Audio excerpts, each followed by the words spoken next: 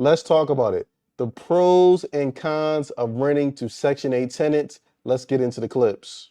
If you ever thought about getting a property and doing Section 8 because it's guaranteed money, you might want to think twice after watching this video. Of course, Section 8 is a government-backed entity, so the money is guaranteed.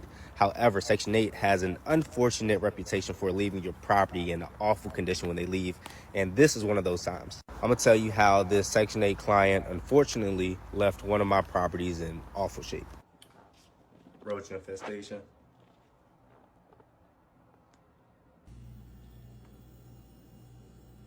Let's discuss it. Yeah. Oh, they was renting this joint out. Sweet coat.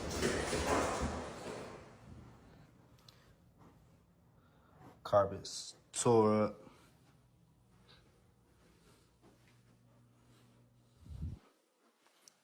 Stuff all on the wall. Took down the smoke detectors. This is bad. This is awful. Dog scratches. What would possess a person to purposely take down smoking detectors? I mean, I understand people want to smoke the ganja, but is it really to the point where you're going to take down a smoke detector and in the event of a real fire, literally the whole house will burn down? But I guess since it's not your house, you don't care. For a dog that wasn't supposed to be here. And I do want to say not everybody under Section 8 is like that. And you can have regular tenants who leave your property like that. So it's not just all Section 8. But Section 8 does have that reputation for people leaving your property in shambles. So the entity of Section 8, they do need to do a better job at vetting who they bring in. They need a better process to ensure that the house is still up to code, still up to standard, because that just shouldn't happen. Let me know in the comments below. Again, I know when you rent to Section 8 tenants, there is inspections, yearly inspections that have to be done to make sure the property is still up to code. Again, if those yearly inspections are taking place, wouldn't it be able to catch some of this destruction in the property before it got too far?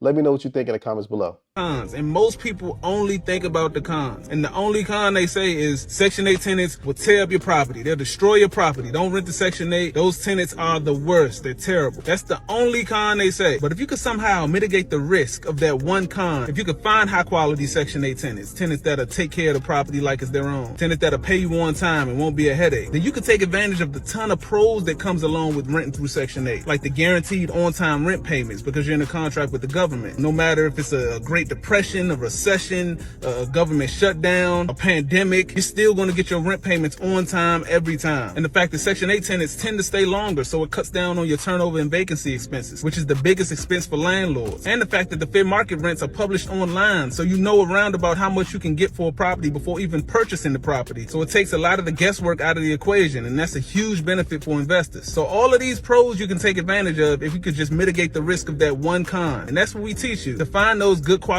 Section 8 tenants that'll take care of your property. Because for the most part, my tenants don't bother me. They don't bother me. I've literally gone like 6 months before without seeing a tenant. And the only time I see them is on the 6-month checkup. So that's what we try to teach, how to find these good tenants. That way you don't have to worry about them too much. And all you got to worry about is receiving them guaranteed on-time payments from the government that hit your account. Sounds like the most important part when you're deciding to rent to Section 8 tenants is the screening process. Having a process in place to properly screen out tenants so you can avoid certain headaches later on in the future. You a landlord wondering if Section 8 tenants are the right fit for your rental? You're not alone. There are definitely some pros and cons to discuss. So let's talk about it. One of the biggest advantages as a landlord is that you get guaranteed rent. With Section 8, a large part of your rent is paid directly by the government, so you get consistent income each month. Plus, the demand is high, which means you'll be able to fill in those vacancies faster. Another good benefit is that you can do tenant screening. A lot of landlords don't know that they can actually, screen their tenants. So you can find reliable renters for sure. And many tenants are looking for long-term homes. So you can end up with a stable long-term tenant. But obviously, like anything else, there is a downside. Section 8 requires property inspections to meet their standards, which means more upkeep on your end. And then there's the rent cap. You might not be able to charge as much as you would with a non-Section 8 renter. And let's not forget about the paperwork. There is a lot of paperwork involved, so it can take a lot of time and extra effort. So, should you rent to Section 8 tenants? It depends on your goals as a landlord. If you value stability and guaranteed income, it might be a great fit for you. But if you're looking for a top market rent and fewer inspections, obviously this may not be for you. If you found this video helpful, follow for more tips. And if you have any questions, just drop them in the comment section to learn more about Section 8 and rental strategies. The one big con against Section 8 rentals is that you hear quite often is people constantly destroy the house. But again, it sounds like it all comes back to your screening. If you can create a solid screening process, you should literally be able to mitigate your risks. And again, Section 8 tenants tend to stay longer, and you also have a guaranteed check from the government that you know is going to come no matter what. Again, it really all boils down to, can you screen and properly vet the tenants? Bigger pros about Section 8 is that the tenants stay for a very long time, meaning there's not a lot of vacancies. Tenants stay generally from 5 to 10 years, and if they have to move out, maybe it's because they want to move closer to family or friends or whatever. But generally speaking, the tenants, they stay for a while, which means that the cash flow is on time every single month by the government, and you're not worrying about any vacancies. So like this page, I'm definitely going to be going over a lot more pros and the cons about Section 8 and how to get started. Again, like I said, I hear a lot of people, diss Section 8 because of the tenants. I mean, sometimes you're dealing with people who don't have the best mentality when it comes to taking care of and maintaining a property. But again, if you can figure out the sauce, if you can figure out how to properly vet these tenants, honestly, it sounds like a win-win. Pros and cons to being a Section 8 landlord. I'm the handsome homebuyer and I have over 100 properties with multiple units in them that I rent 85% of them to Section 8. Let's start with the cons. There's pretty much only one. The only con to Section 8, in my opinion, is the rents are typically lower than fair market rent in the area. Now let's get to the pros. The average Section 8 tenant stays for 11.5 years versus the average cash tenant stays for 2. The government issues the voucher, so they are responsible for the rent. The tenant is responsible to up to 30% of their rent. That means the tenant pays anywhere from a few $100s to nothing. It takes the average Section 8 tenant 5 years to get a voucher. So that means they're usually not going to trash your place and blow it. Would you blow it if someone was giving you free rent? Every Section 8 tenant has a caseworker. This caseworker can be contacted if having any kind of issue with the tenant. If a tenant messes up for any reason, they could lose their voucher and be kicked off the program permanently. There are no shortage of amazing people on Section 8 programs that would love to rent a beautiful, clean house. During COVID, I never had an issue getting paid. Solid points. It sounds like if you're going to be a landlord and do it at a large scale, it makes sense to have a good relationship with these Section 8 case managers. Section 8 tenant lived here for only 1 year.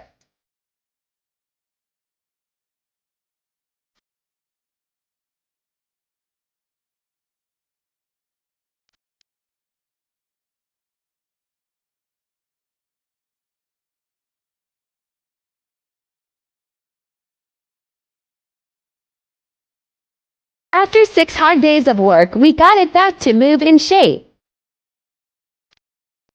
Again, I'll never understand how someone could destroy a property and want to live in such filth, especially when you're given a voucher and maybe 70, 80, and in some cases almost 100% of the rent is covered. All you got to do is maintain the property.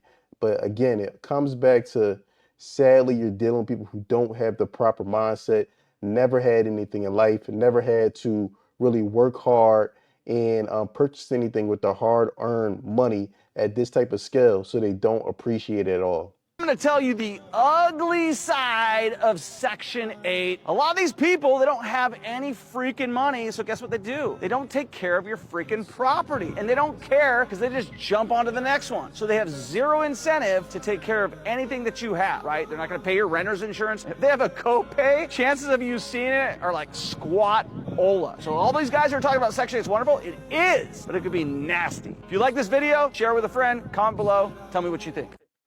Again, it sounds like the key is to have a great relationship with a Section 8 case manager. Again, like I said, the main leverage it sounds like you have as a landlord is a person actually losing their Section 8 voucher, especially if it takes years for them to acquire it. You that's going to be your main source of leverage to making sure they at least keep the property somewhat maintained, and they also continue to pay their copay if they have one for the rent. This is a notice from Section 8, and I want to tell you about it. This specific notice is from the local housing authority, North Providence Housing Authority. They handle any Section 8 tenancy matters in my town of North Providence, Rhode Island. Now, many people on here have probably seen a apartment listed that in the description says, no Section 8, sorry, or something to that effect. Now, technically, that is illegal. Actually, it's not really technical. It's illegal to go straight out and just decline Section 8 tenants. However, there are many legal ways to get around it. Obviously, putting that in the description, not a good one. It's not legal.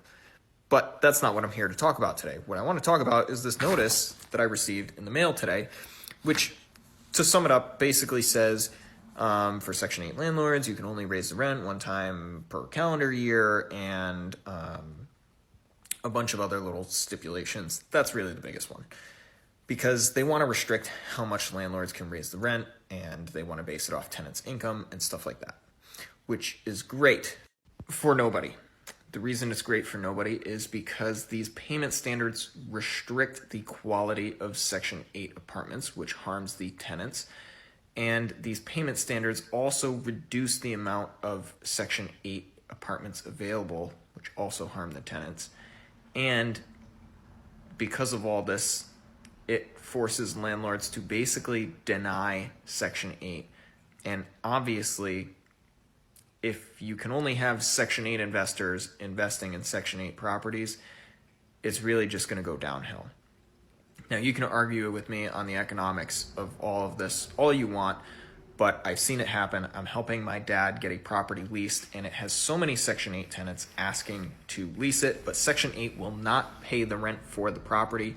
We've already been through this. He's willing to rent to Section 8, but they won't allow the amount of rent that he wants to charge for the unit, which is fair for the market. So that's, in a nutshell, basically why people won't accept Section 8.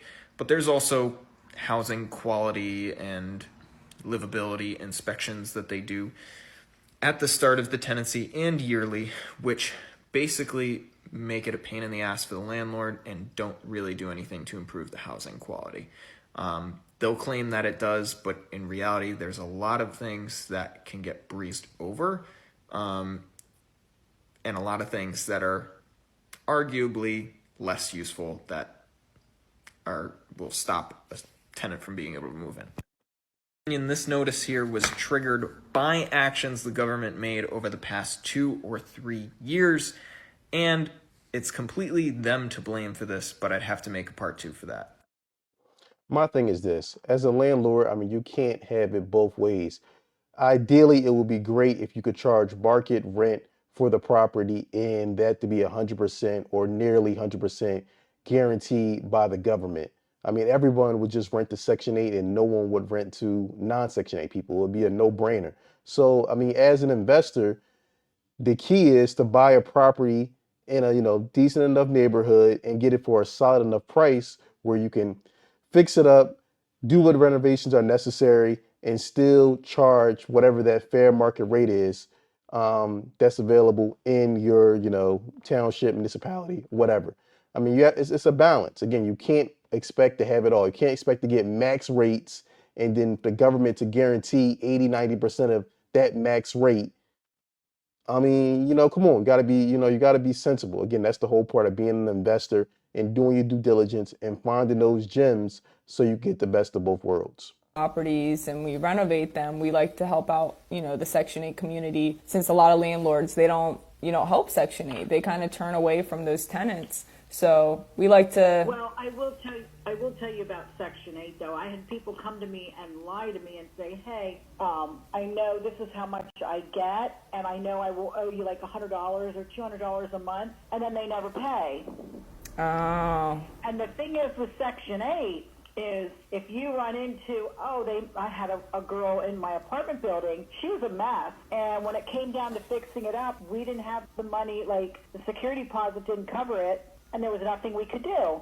Gotcha. So Section 8 should be able to say, hey, listen here, we need to get money from these people. But you really got to watch who you get in there, because it took me years. I have one girl that owes me about $11,000. No way. I have another one that owes me about 14.